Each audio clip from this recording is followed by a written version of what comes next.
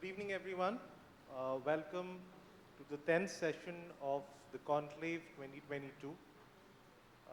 Yesterday and today, we have covered many topics, important topics, which matter to the northeastern states, from Brahmaputra to tea to insurgency to sports to environment to women health.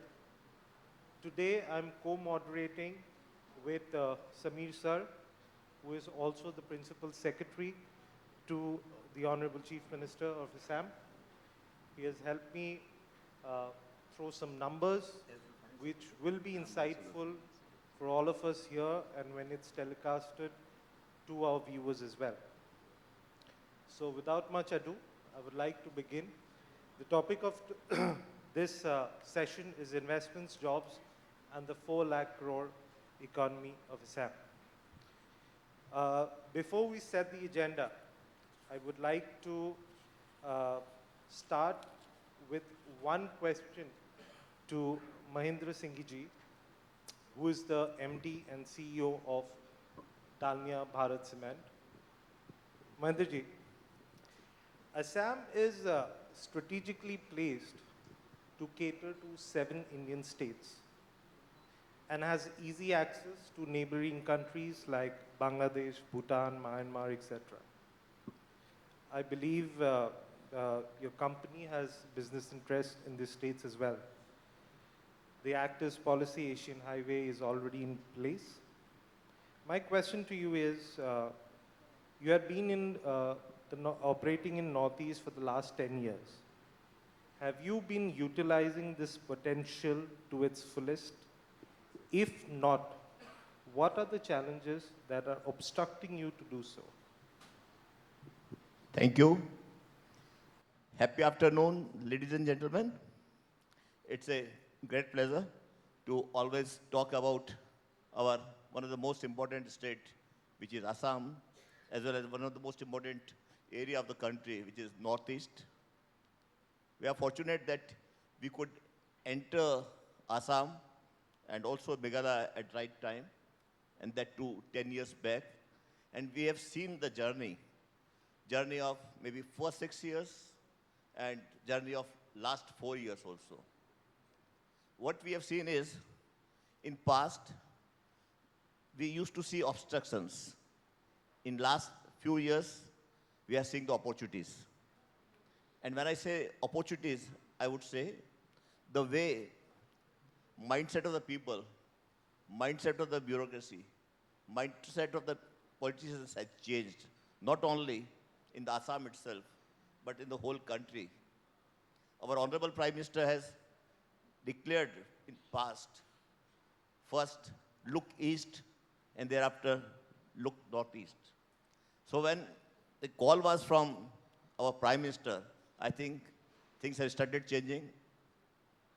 When our Honorable Chief Minister, Shri Hemanta Sharma Sahab, came in, I think, again, the pace of growth has changed. And what I understand, few months back, the talk was of 4 lakh crore economy. And I understand now it's talk of 6 lakh crore economy. Am I right, sir?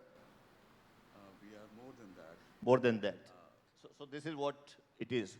So I would say it has been a very comfortable journey for us.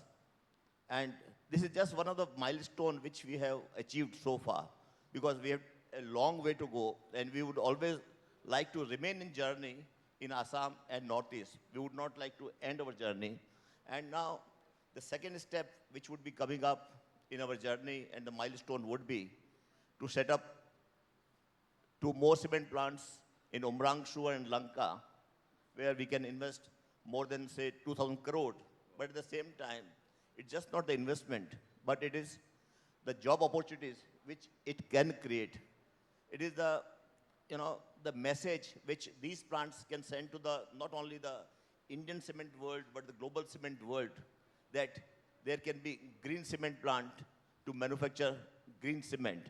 So this is the whole purpose that we are looking at Assam for our green journey, in which we can plant bamboos and other trees so that it can act as carbon sink also, and at the same time, it can also provide a biofuel which can come from bamboo. We are also looking in a big way about putting up solar power plants so that we can reduce to the extent possible thermal energy. And third would be that by doing all this, it would provide local employment, it would encourage local economy, and at the same time, whatever activities, economic activities which are required to be done for manufacture of cement and trading cement, that is all done in Assam, and it is not that whole activities are done outside Assam, and Assam just gets the trading part. So this is what we are now, since we have asked for that what may be the Are you utilizing the gateway, which we usually say Assam is the gateway? yes. Because So I would say the major now support which is required with full speed is one, the road network. I think though work at many places have started, sir, but still the pace is required for that purpose. And I think once our CM and the people, they decides that would be done. Second, in a big way, railway network has come in Assam and northeast part also. But at the same time, there are certain areas, like one where we are putting up our plant. So Lanka, Umrangshu, Silchar, and something, it can come. Then it will encourage local economy in a big way. And third, I would say, let state government be full supportive of our project by way of various incentives which are being given to any other company, and that will encourage us to put more and more investment. Thank you. there's a tremendous potential in sports, which we just heard in the preceding session. But similarly, there's a potential for business of sports. For example, BCCI realized the potential of money once when it, for the first time, sold its telecast rights after privatization and liberalization. From 1990 until ISL happened, everyone thought money was only in cricket. Then ISL happened, Kabaddi League happened, Hockey League happened. So there's been evolution of money going into different kind of sports. So my question to you, Larsing, is with the tremendous sporting potential that the northeastern states have, do you think we can turn economic tables if we focus on business of sports? Yes, I think we're going through a very interesting phase in time as a country. One of the biggest advantages, or let's say potential areas why sports may grow in this country in the coming years, is because of the demographics of our nation. We are today one of the most populous countries in the world after China, but we are also one of the youngest countries in the world, with an average mean population of about 36 years, and in fact, more than 50% of our population is below the age of 25. So obviously, a young, youthful population means a population that engages or consumes or watches a lot of sports. And there lies the opportunity as far as sports becoming an industry. You mentioned a very interesting question that yes, first it was BCCI with the IPL, and then ISL happened and Kabaddi happened. And in that, actually, having been a co-founder of Northeast United, I maybe can share you some thoughts. See, the issue with Northeast, where we'll have to really overcome, is that while we produce a huge number of athletes, and perhaps I firmly believe it's really the tip of the iceberg. I think whatever we're producing is not even 50% of our actual potential. It's largely being driven by Manipur, maybe a few other states. In fact, most other states have not really woken up to the fact, and there's so much more that can be done. So while we can produce a great number of athletes, sports people, cricketers, footballers, whatever different sports persons that we can introduce, the constricting factor is the sustainability of franchises in the Northeast. For the simple reason that we may be 7% of the geographical size of the entire country, but in terms of population, we are only 4%. And there lies the issue of whether we are a big enough market, or in terms of broadcasting, which you will be very familiar with, do we have enough eyeballs to sustain sports in the long run? So in this, I think the critical factor lies in how Guwahati city grows in the future as a future megapolis of the country. Because in any sports, be it in Europe or America, it is the metros and the strength and size of the metros that actually sustain big sporting franchises. So in that sense, I do believe that if Northeast is to play a larger proactive role in the business of sports, beyond participating at the athlete level, at the sports person level, it will hinge on how Guwahati grows into a transnational capital of the Northeast, of India, being perhaps the largest city in the most eastern part of the country. And the growth story of Guwahati will, in the long run, determine the amount of engagement that Northeast will play in the business of sports, which in my mind is just about to open up in a very, very large way. And in this regard, I'm happy that we've heard of announcements of the state capital region coming up. And I think the vision that has been laid to that is a fantastic vision, because if the city, we've already seen tremendous growth in the last decade. I think all of us who live in Guwahati in the Northeast have seen the growth of Guwahati in the next decade. But going by the sort of vision plan that has been laid out and what we even see today, there is a great opportunity that with the 6 bridges that are coming up, which was mentioned earlier, with the integration of North Bank, South Bank, and everything, I think this is where, the future of a lot of things related to sports, since we're talking about this particular point, also lies. And yes, so this is where eventually that's going to happen. Correct.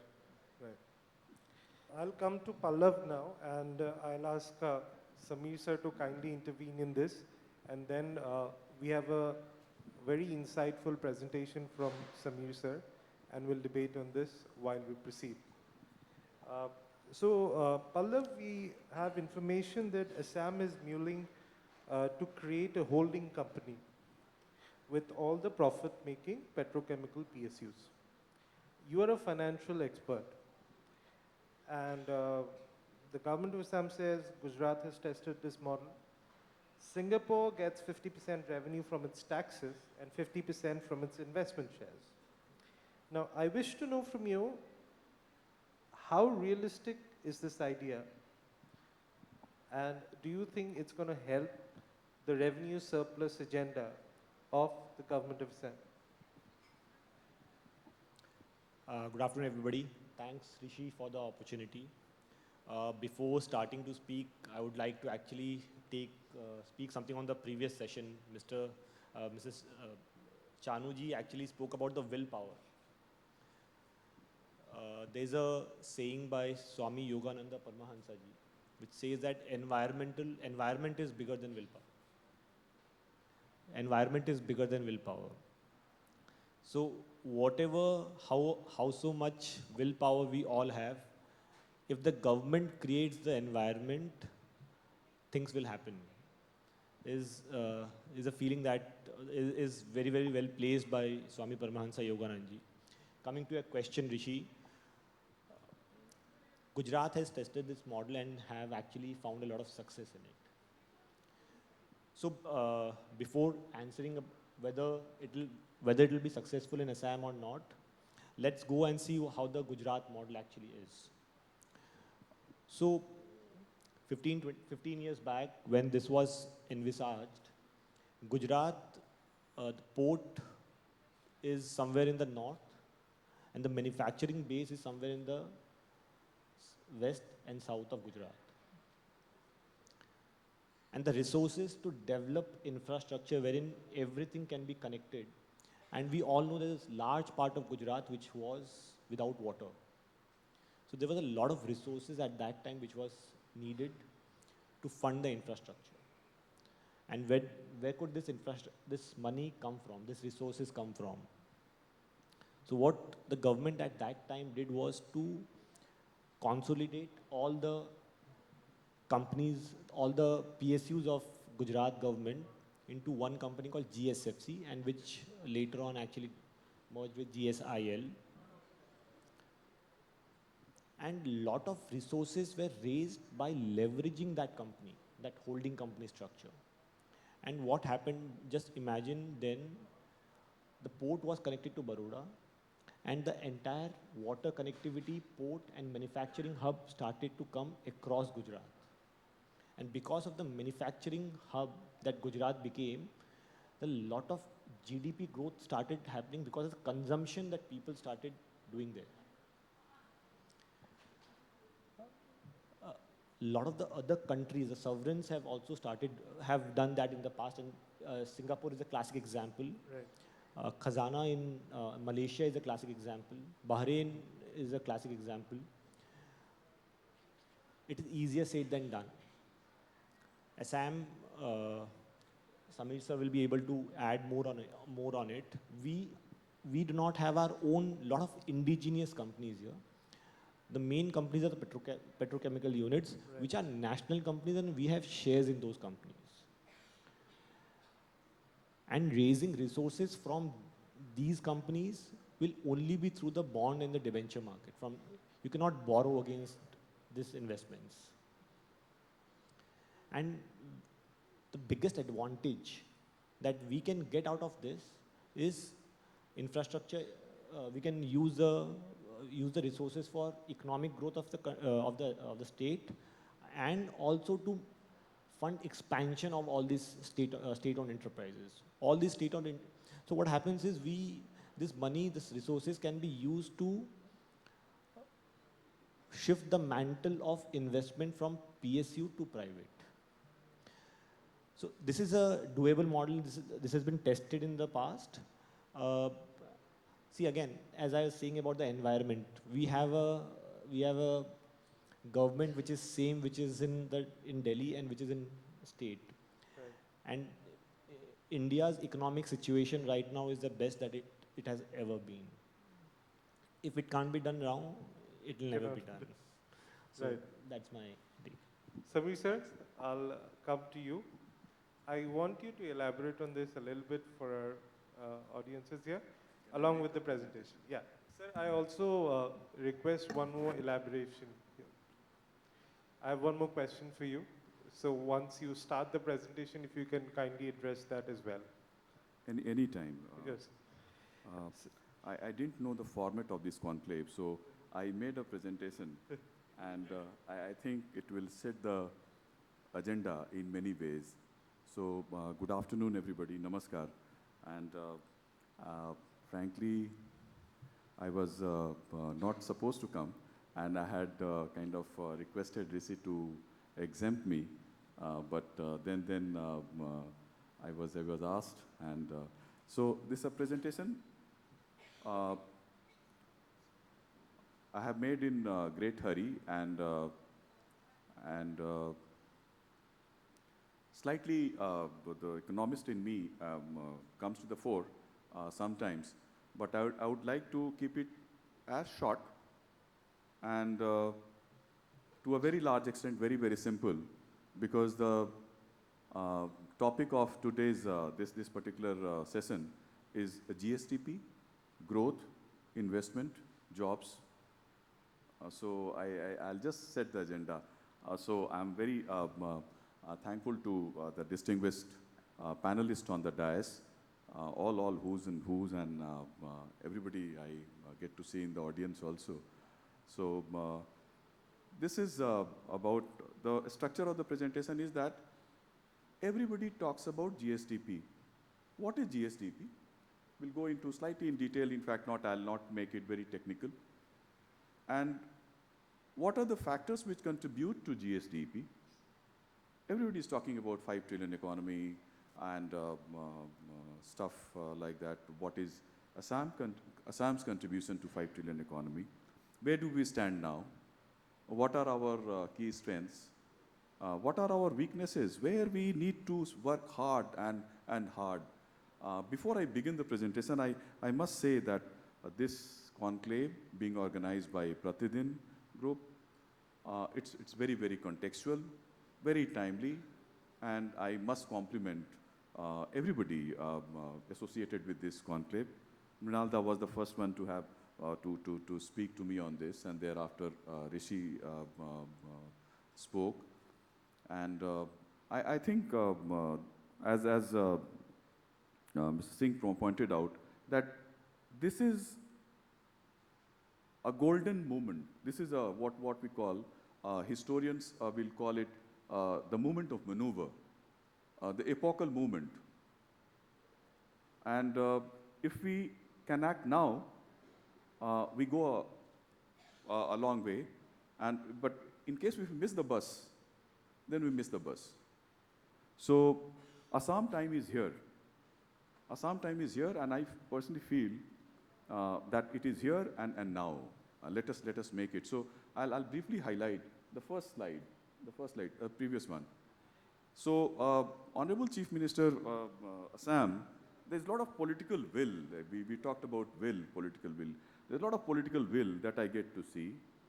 And under the visionary leadership of our Chief Minister, Dr. Himant Biswa Sarma, there is not a single meeting since May 2021 that he's not talking about taking Assam in the big league. And we're talking about big league, it's taking Assam in the top 5 states of the country. Perhaps it was there at one point of time. We lost ground over a period of time. And numerous reforms being done for unlocking opportunities. GSDP, I'll come to it later. But GSDP, why it's very, very important? Gross state domestic product, it determines many things.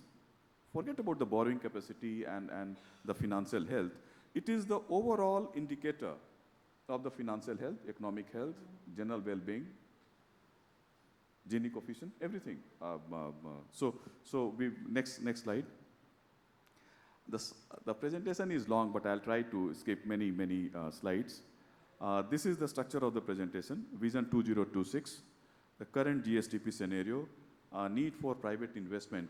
Why private investment is very, very important, I would like to highlight during the course of my this presentation, short presentation, not short. So and why private investment should come now? In case if it has not come before. Of course, many investments have taken place, but obviously there are the potential is just huge. Sky is the limit, and need for metamorphosis. Next. So Mr. Bagaria has already pointed out consumption. He mentioned about consumption. CIGN, this is how we know consumption, both private consumption and government consumption, investment, government spending, and net exports. In case of a state, what we can say that remittances could be something akin to exports. So everything, economic production and growth, what GDP represents as a large impact on nearly everyone within the economy. सदिया से लेके धुबरी तक जितना भी हमारा whatever आमी कोरियासु, in fact everybody will be impacted if the GSDP goes up. Next. So I'll not go into the details of how GSDP is measured, the primary sector, the secondary sector, tertiary sector. I kept this slide deliberately because when we are measuring GSDP, like every individual, every institution must contribute, every sector must contribute to the development. In fact, I was talking to Rishi before I boarded the flight earlier in the day today, that agriculture sector continues to be very, very important. Why agriculture? In fact, lot of development not taking place. You're talking about ODOP, one district, one product, and stuff like that, about the export potential. I'll come to it later. The secondary sector, industry sector, and tertiary sector is the services sector. I'll not go into the details. Next. This is one important slide where this is the population contribution of states. Assam ranks 14th somewhere. We are 2.58 at 3.46 crore population according to 2011 data. And area contribution is around, I'm just setting the context, 2.39 is the total geographical area that we occupy as a state. Next. So this is where we stand. We are ranked 18th, despite having around 2.58, 2.49 in terms of geography and in terms of population. We rank 18th, and we contribute. We are close to 4,93,000 crore this year. This is the tentative estimate.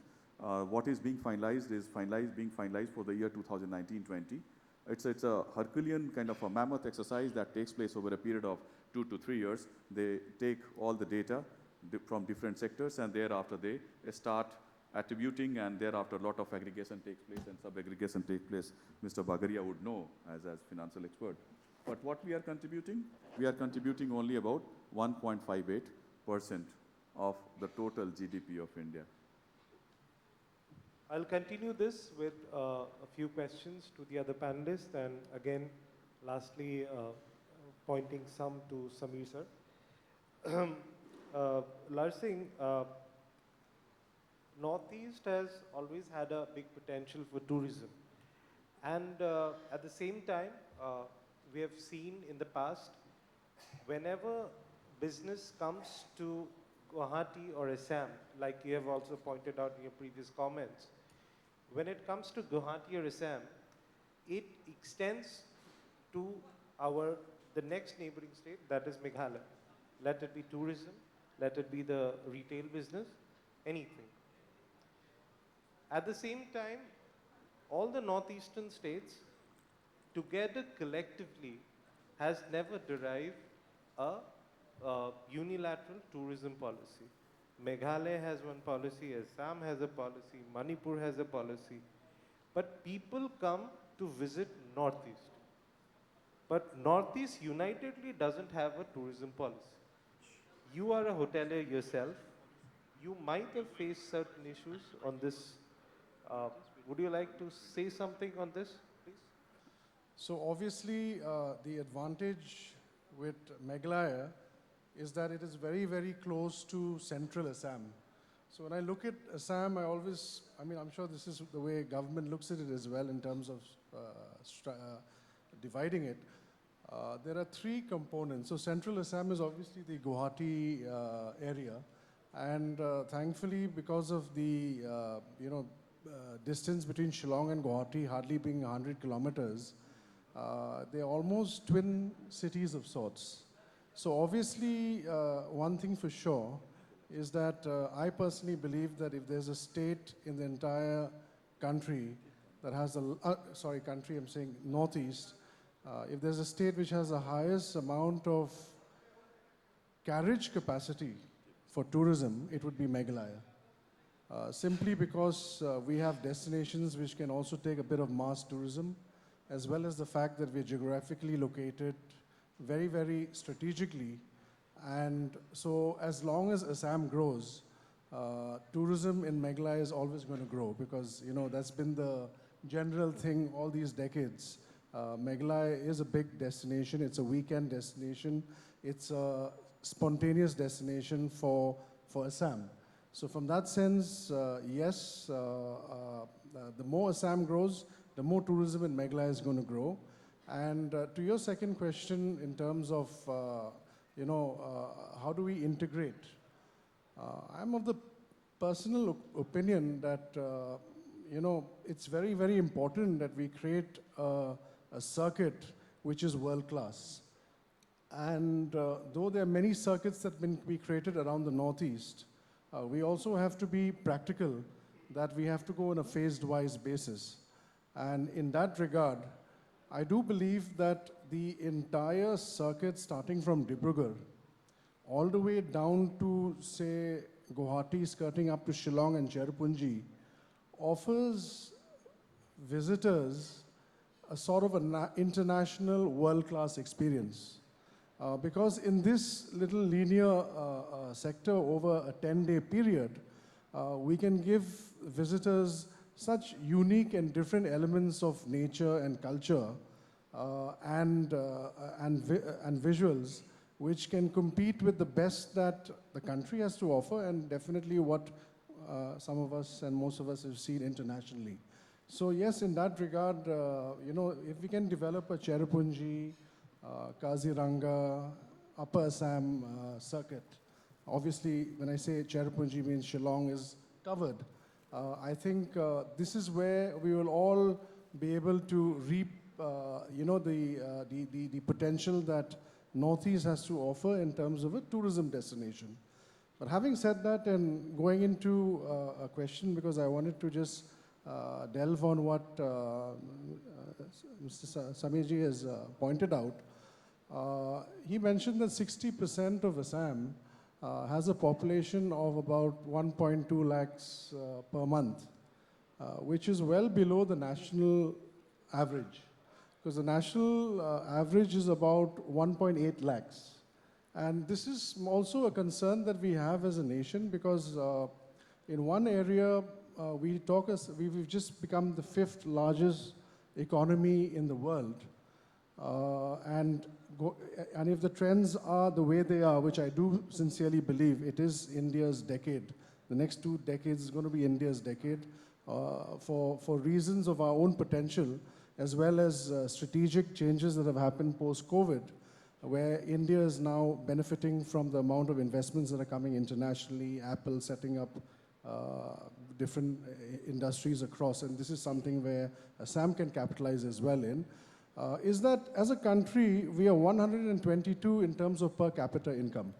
So while we may be number 5 in GDP, in terms of per capita, we are 122. We are approximately hovering at about $1,900, $2,000, and that's our per capita income, vis-a-vis China at about $8,000, and America at $50,000. So in our quest for development and overall gross development, what is very important is, I think, the concept that we have to understand that no development in the modern era is wholesome or holistic unless it is also inclusive. So in that regard, while we focus on sectors, I do believe that we need to also focus on sectors which you touched upon, which will also ensure that local stakeholders, you know, have a larger participation. So in that regard, definitely tourism is one area because it's not capital intensive. And this is where, if there is a focus, because see, as of now, since we're talking about tourism, if you look at Assam, Guwahati is going to grow because government is going, because corporates are coming in, MICE can grow, people will come and do business there. But the real tourism is essentially Upper Assam. And while we talk about Assam having 2.6% of the nation's population, which means that it is one of the highest population densities in the country, where we actually have more population than geography.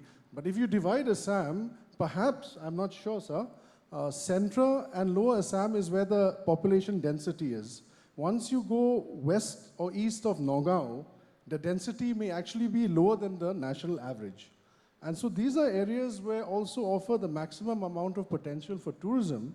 And if certain areas can be targeted with specific plans on how to build and engage in tourism and agriculture, I'm sure it will help what you're talking about, the larger Northeastern master plan, because Assam is the center of the Northeast as well. So if we can work on that, in a wholesome way, definitely. I mean, I'm also pleased to announce that from a tourism perspective, we are also looking at investing into, Upper Assam, and we've already made inroads in that way. But of course, with government, vision plan also, if they can also move in that regard, I'm sure the concept of creating a nice world-class destination in terms of a circuit can easily be achieved. Thank you so much. My next question is for Mahendraji. Yesterday, Union Minister of Shipping, Sri Sarbananda Sonowal, had a session here. So he stressed on using Brahmaputra as a means of cost-effective transportation towards Assam or the northeastern states. How important or realistic is this concept? Can it help industries like yourself? Will it help cutting down the transportation cost, which is a concern for most of the producers or most of the business house like yourselves? In my view, inland transport by river, that may be one of the most cost effective, but at the same time, it would be most effective carbon sensitive, because if we transport by water, then it will be consuming the least carbon in comparison to whether we transport by road, by rail, or anything. So one way, it is always now advantageous, and if we look at Europe or many part of the US, you would find water transport is in a big way. Secondly, since Assam or Northeast is connected with a very long way with the eastern part of India, so transporting any good from eastern part or central part of India would go a long way in facilitating that transportation also, and at the same time, the reducing the cost also. Thirdly, it may also help in exporting material from Assam to Bangladesh and few other areas also. So I think the way Sonowalji is taking lead in creating water transport not only for Assam but in many parts of the country, that would go a long way to meet also the target of India of becoming net zero carbon by 2070. Which is your target also, which I'm told. Our target is of 2040, because we would like to do various activities and we'd like to take various actions by which, we can replace thermal power by renewable power. Right. We can replace fossil fuel by using alternate material like waste or biofuel or something else also. And at the same time, how we can put up more and more trees in various parts of the country, so Right. that can act as a carbon sink also, and at the same time can create greenery also. So definitely we would like to work on it. And at the same time, as Dalmia Cement, we do work with the local communities so that we can support them in their enhancing livelihood. We can support them in making better environment. Though cement may be known as one of the polluter for the whole world, maybe Right. 7% of the whole world.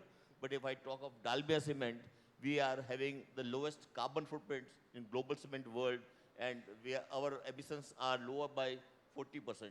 So that way, we are contributing to the economy also. We are contributing to the better environment also.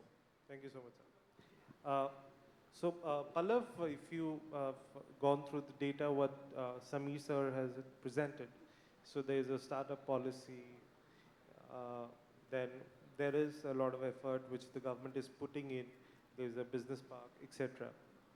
So a few days ago, we were discussing something on startups and disruption. So I want you to say the same things here so that everyone can benefit from this. So before I answer that question, I'll just add to what Sameer said. I'm surprised he missed stating that in his presentation. So the percentage expenditure the government is making on capital expenditure, the percentage of capital expenditure as a part of the budget has actually gone up significantly. And this is despite all the schemes, Urunday and everything else, this is despite that. And it's gone up by 3x in the last 5-7 years. So the capital expenditure, which is a good expenditure in some sense, and as Sameer sir said, if you are borrowing and spending it on capital expenditure, that is a good expenditure. On disruption and startup, so there are three kinds of disruptions in the world, Rishi, to put it in a simpler way. One wherein people benefit because the product or the service is reachable and more people use it. The second disruption is lower input is given to create higher output, or so that is the second disruption in some sense. And third disruption is where one product is replaced by a better second product. The second and third thing does not create more jobs. The first disruption wherein more people are able to access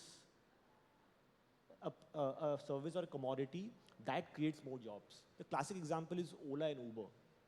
Earlier, when you used to come to Delhi, the fear was कि auto wala, taxi wala kitna घुमाएगा.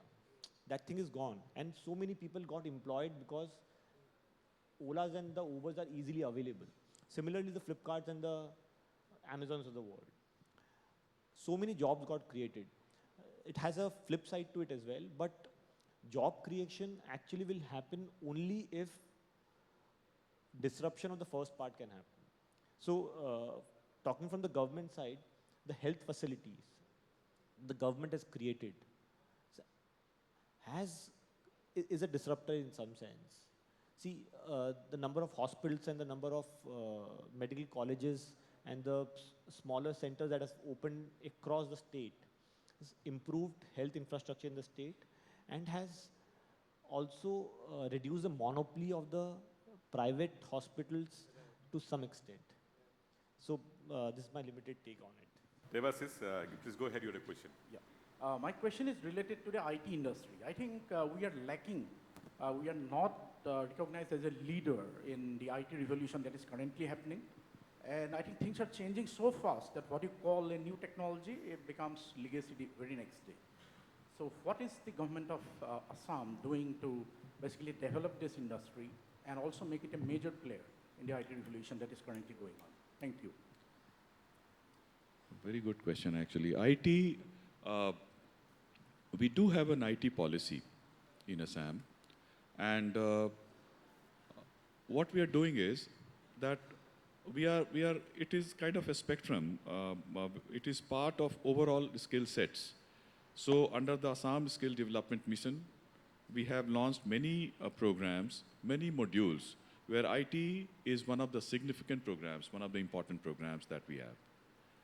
What we are doing is that in the value chain, right from skill development in the intermediate and the, to some extent tertiary sector, but mostly confining to services, we are concentrating right now. But IT is something which is there on the horizon, and we would like our IT, we are in fact, all these engineering colleges which have come up. IIT Guwahati, we have got an MOU with recently. And we would like Assam, especially some centers of Assam, primarily Guwahati, to develop as IT hub.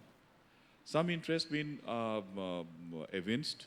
Some private players have also come to set up IT setup and also call centers. And we are in the process, the industry department and IT department.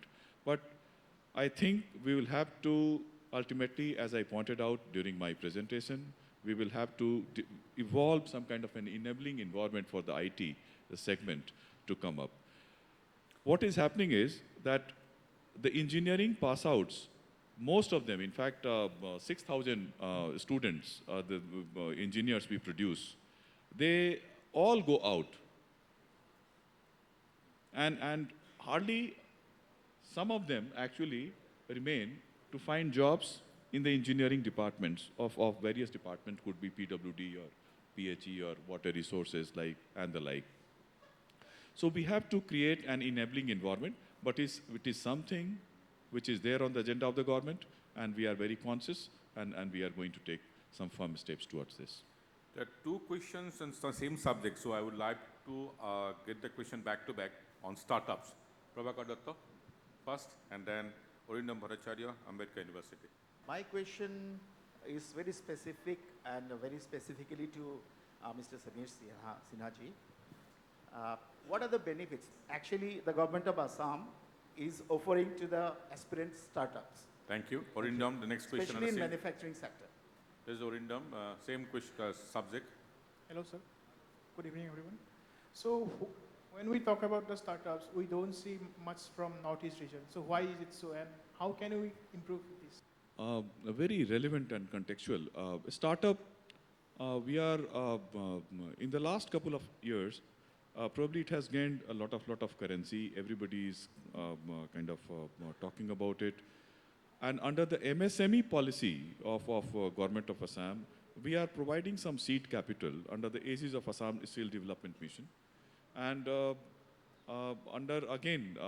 we have a tie-up with IIT Guwahati and Assam Skill Development Mission and our skill development and also our technical education department. They are doing something, but I think recently the Union Finance Minister was also in town and there was a review of a startup. I think we have a long way to go in this, and together we will plan something out very soon. Next question is from Manavendra Chakraborty. Be short, please. My question is, what is the time frame? The government of Assam has already, our Honorable Chief Minister has taken a bold step to declare that the government will revive the industry. But what would be the time frame? And whether, my second question, whether the industry will be revived by a PSU model or PPP model. What would be the roadmap to revive this industry and within how much time it would be revived? Because this is the environment we are having the dynamic leadership which was not available in his predecessor period. Second question, the revival package along with the relief package declared by the government of Assam yet to be implemented completely, which is not going to complete by this period. Kindly put some light on this, sir. Thank you.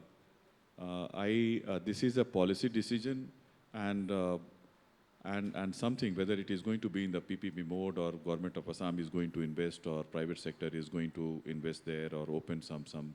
This is something which is in the realm of policy. I'll not be able to answer. But as far as the relief package is concerned, as you are aware, I am aware, there were three, four contours to this. One was, of course, the GPF and the pensionary benefit payout for 24 months. That's been already been given.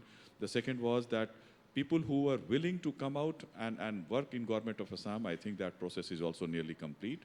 And around 70 odd people in different segments wanted to come, and Cabinet has taken a very, very bold step that without looking into, in fact, their age or whatever, they'll be suitably engaged in and given permanent employment in the government. And the third package was about there's some other constitution of some corpus from where they can actually draw should requirement be. That has also been formed. The fourth one about some health benefits, etc. I do not deal with industry, so obviously I will not know the finer contours, but these were the four things that I remember offhand. Of course, but I think the speed with which all the decisions been implemented in the last 7-8 months, this is remarkable. And the very fact that something which was in the realm of a central PSU and the state government, the way it came in and took steps to scholarship were given. In fact, under scholarship, in fact, were given up to 50,000 rupees for wards and students of SPC employees, both Jagi Road and Hailakandi, Panchgram. So I think it was a very, very bold initiative. Of course, it is costing in, the exchequer Rishi was asking this question that why we are giving this NSAP scheme and why we are not spending this money in a startup.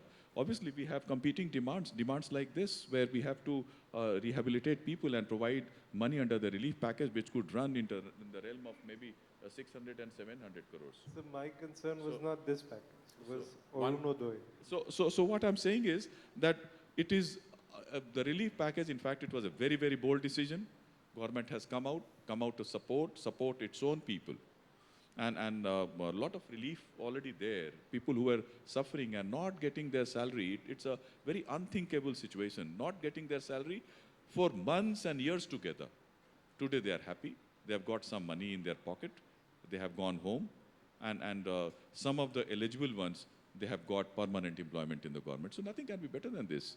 It's a win-win situation. Thank you, sir. He has answered your query well.